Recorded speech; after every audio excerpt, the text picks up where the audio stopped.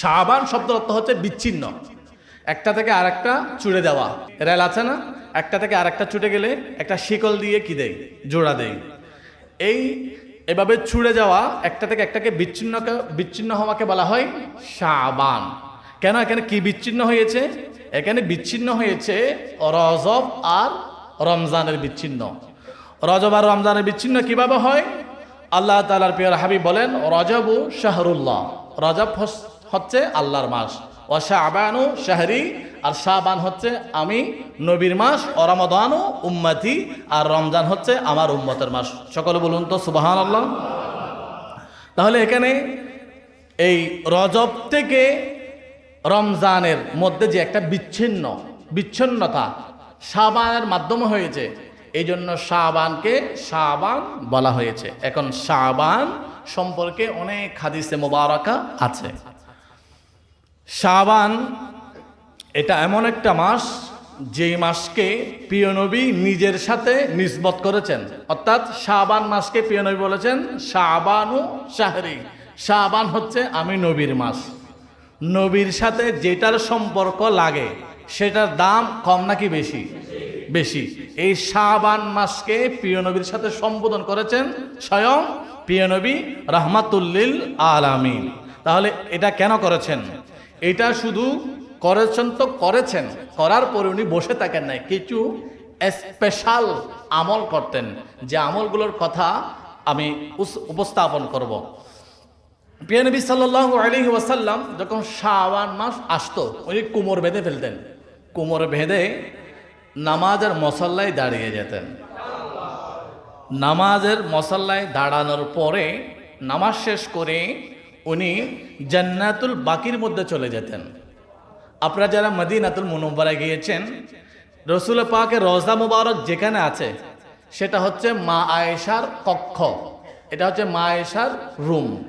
রসুল পাকের রওজা পাক, অর্থাৎ যেদিকে আমরা বাবু সালাম দিয়ে ঢুকে নবীজিকে যে স্থানে গিয়ে সালাম দিই, যেখানে রসুল পাকের রওজা পাকের এই যে ডানের অংশ যেটা আছে, এইটা ছিল হুজরাতুল হাফসা, হযরতে হাফসা রাদিয়াল্লাহু তাআলা আনহার রুম। এইদিকে ছিল, অর্থাৎ আমরা যেদিকে রসুল পাককে সালাম দিই, ডান পাশে হিসাব করলে হাফসার রুম, বাম পাশে হিসাব করলে আয়েশা সিদ্দিকা রাদিয়াল্লাহু তাআলা আনহুর রুম। মা আয়েশা সিদ্দিকার রুমে যখন থাকতেন, তখন জিব্রাইল আমিন মা আয়েশার রুমে ওহী নিয়ে আসতেন। তো মা আয়েশার রুম ছিল জান্নাতুল বাকির পাশে। রাসূলুল্লাহ কোমর বেঁধে নামাজ পড়তেন, আবার নামাজ শেষ করে ওইদিকে জান্নাতুল বাকির মধ্যে চলে যেতেন। এক রাত রাসূলুল্লাহ যখন বের হলেন, মা আয়েশা সিদ্দিকা রাসূলুল্লাহর পিছু পিছু হাঁটলেন, দেখলেন রাসূলুল্লাহ জান্নাতুল বাকির মধ্যে গিয়ে কান্না করে দোয়া করছেন, মোনাজাত করছেন। এখন তো আমরা জিয়ারত করলে, মোনাজাত করলে বলে এই মোনাজাত করা যাবে না, এটা বেদাত। আরে বেকুব, তুমি কি বলছো? মোনাজাত করা যদি বেদাত হয়, ইবাদত কি থাকবে? ইবাদত কাকে বলা হয়?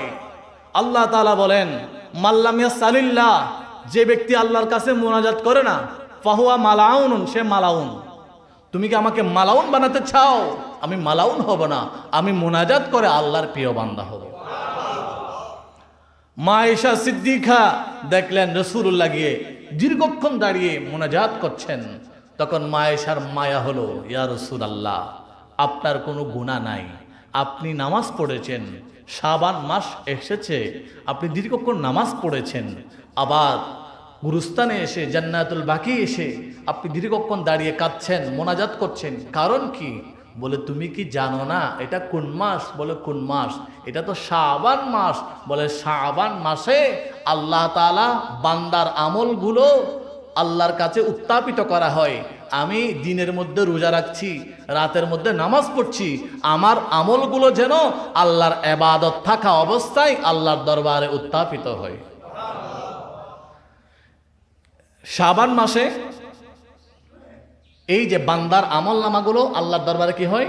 উত্থাপন করা হয়, উপস্থাপন করা হয়। নাসাই শরীফের 2357 নং হাদিস, হযরত উসামা ইবনে যায়েদ রাদিয়াল্লাহু তাআলা আনহু বর্ণনা করেন, ক্বালা, তিনি বলেন, কুলতু ইয়া রাসূলুল্লাহ, উনি বলেন ইয়া রাসূলুল্লাহ, লাম আরাকা তাসুমু শাহরান মিন শুহুরি ইয়া রাসূলুল্লাহ, আমি তো শাবান মাসে আপনি যেভাবে রোজা রাখেন, আমি তো বাকি 10 মাস আপনাকে তো এভাবে রোজা রাখতে দেখিনি।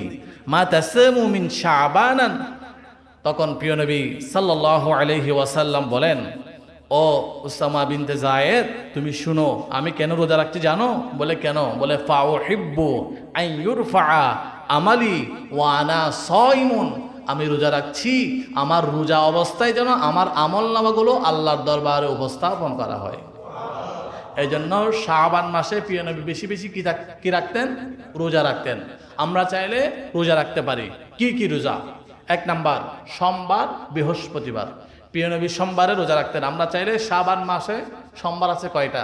4টা। যারা একেবারে কম রাখবো তারা অন্তত সোমবারে 4টা রোজা রাখতে পারে। এরপরে 4টা বৃহস্পতিবার আছে, 4 বৃহস্পতিবার 4টা রোজা রাখতে পারি। এরপরে 20, 13, 14, 15 এই 3টা রোজা আমরা রাখতে পারি। এই 3টা রোজা রাখা হচ্ছে সুন্নাহ।